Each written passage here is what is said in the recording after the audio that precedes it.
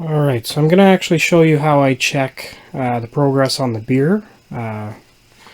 See when it's time to actually start bottling.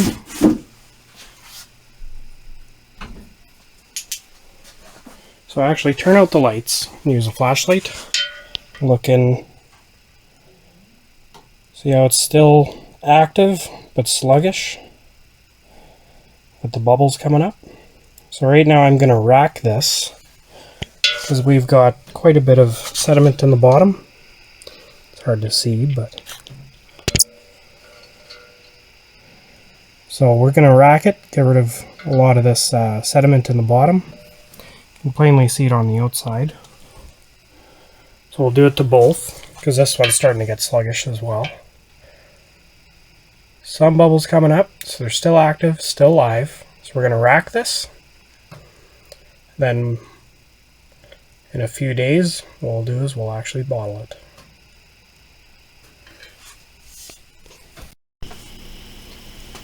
Okay, so now we're going to rack our beer to get rid of a lot of the sediment, because there's a lot of sediment in this one.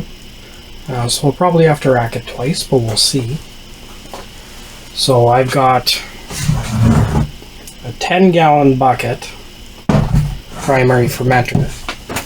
So we're going to rack it into there and rack it back into these, but we're going to sanitize these before we fill them up again, just to ensure that there's no cross-contamination. And everything's already sanitized, including the tabletop. So let's get started.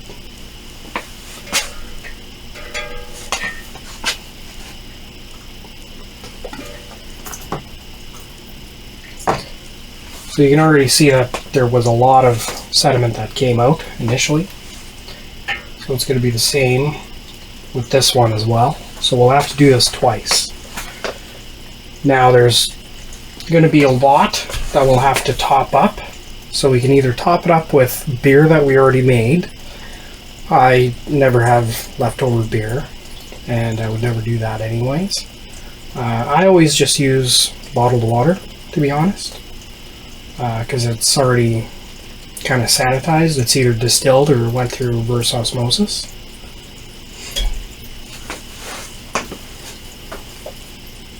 So once we get both of these carboys in, we'll sanitize both, bring them back, and fill both back up.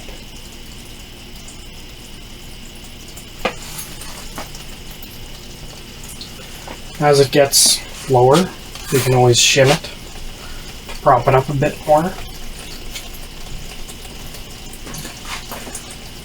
so we can get all of that, all the beer out.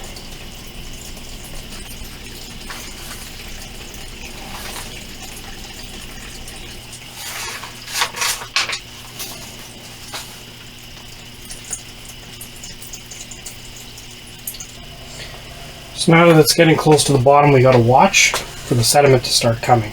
Once it starts coming, we'll pull the siphon out so we don't get more sediment into our beer. It's starting to come.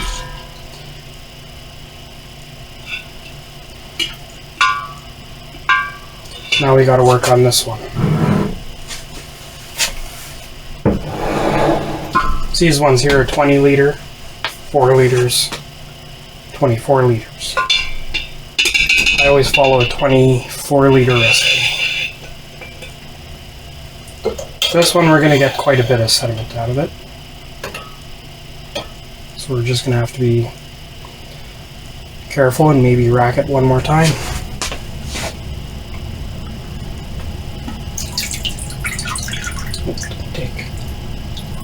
Ooh, mixed it up too. There we go.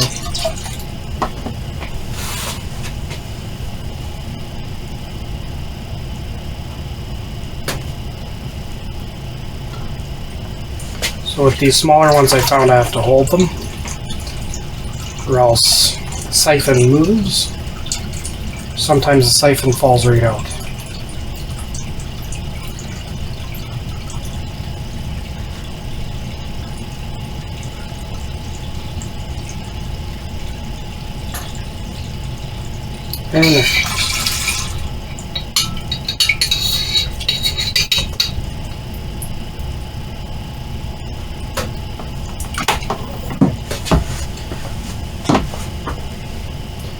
So I actually just leave the siphon in the bucket while I sanitize these, and then I'll pick this up and start filling them back up.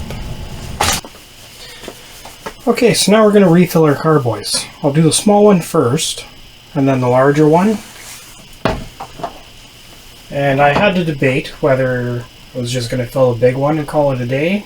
So I did a quick taste test, and it tastes pretty strong. So we'll add the water.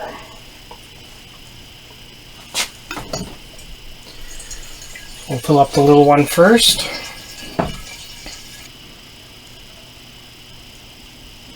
So I actually just bend it in half to pinch it off.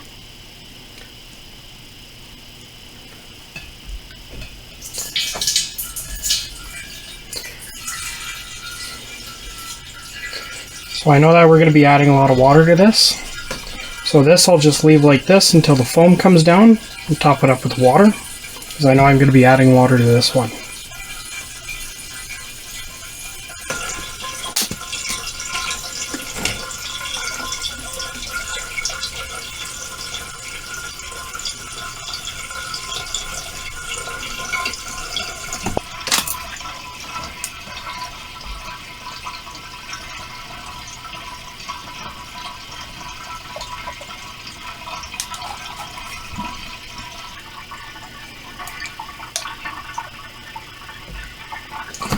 Alright, so that's about where we want it.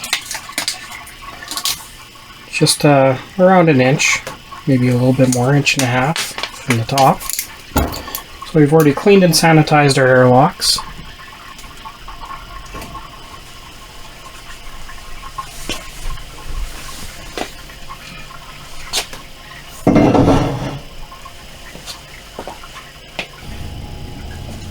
Currently all of my carboys are in use, or I would have actually just sanitized another carboy and transferred straight into the other carboys.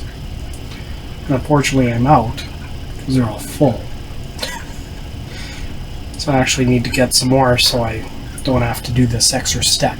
I can just sanitize one carboy, fill it,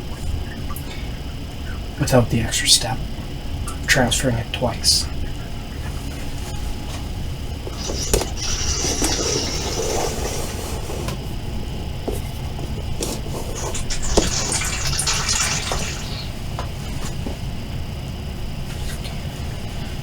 So now that the siphon is done, pull it out, drain the remainder out.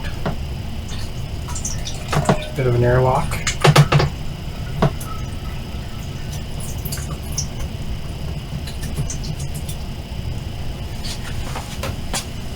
Okay.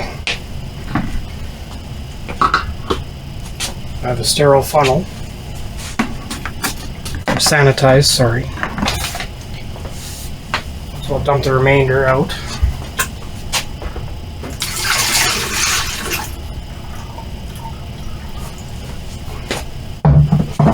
Start adding water.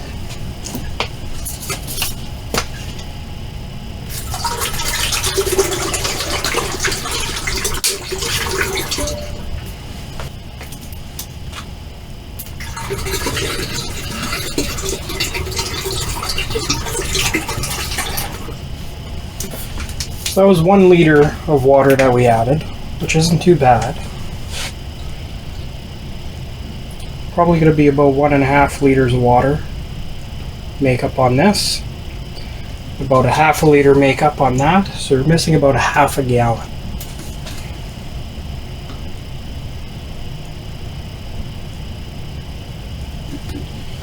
So the reason that we want to level up to about an inch, inch and a half from the end here is so there's less water contamination in there, or air contamination, because the air will actually make the beer go bad.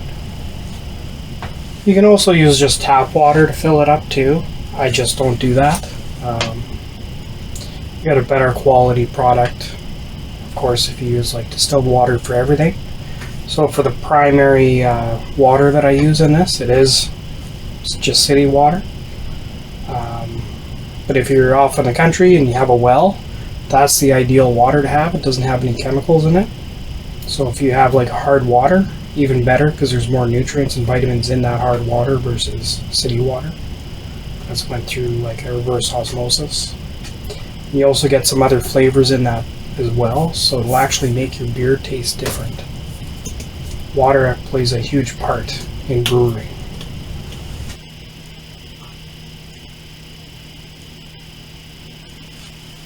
That's about where we want it.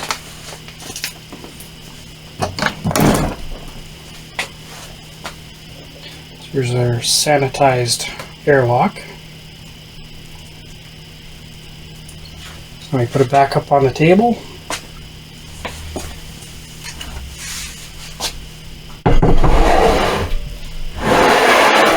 For another week. So in 1 week we'll be able to see how much sediment is in there. If it still has a lot of sediment, we may have to rack it again and wait another week. It just depends how long it takes for that sediment to fall out.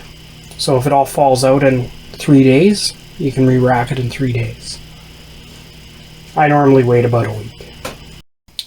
Now on to my favorite part, the drinking part. So here's our gluten-free beer that we made. So I'll pop the top. There was not much of anything there. Now I have tried some of these other ones. Here, let's try this one. Yeah, that one had a bit more. I find with the threaded ones, they don't, like the threaded bottles themselves, they don't always carbonate the best, unfortunately. So this one I can see that there's a lot more carbonation than the cider that we made.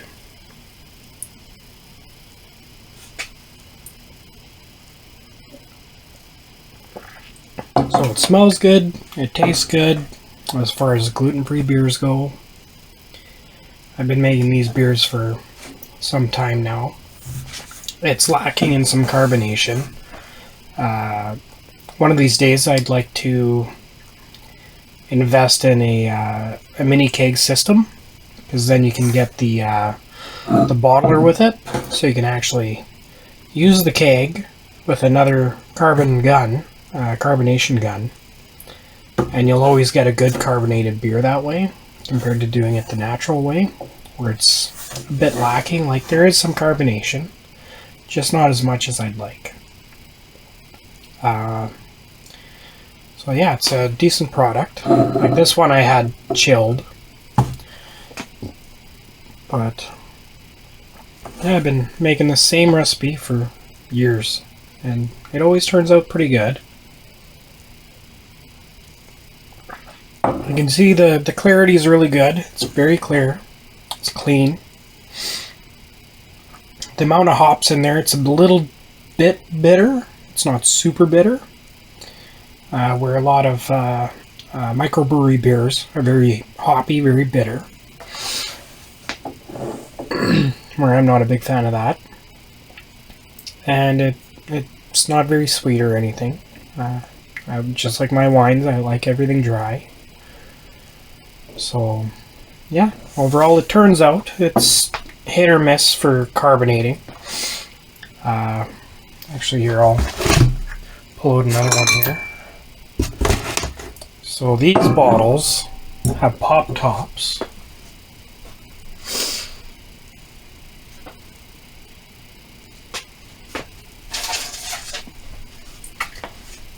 And generally, the pop tops tend to carbonate a bit better.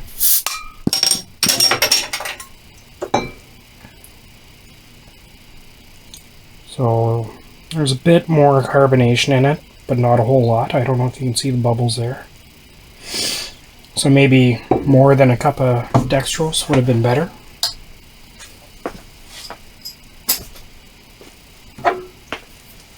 So maybe next time I'll do a bit more dextrose. And while these were sitting, carbonating, they stayed in my fermentation room, which is always at 25 degrees Celsius. So it's the best that I can do. and maybe in my future batches I'll add more sugar until I do get like a microbrewery or a micro keg system. But they can be pretty pricey, so that's why I haven't really invested in one yet. Well, thanks for watching, and take care.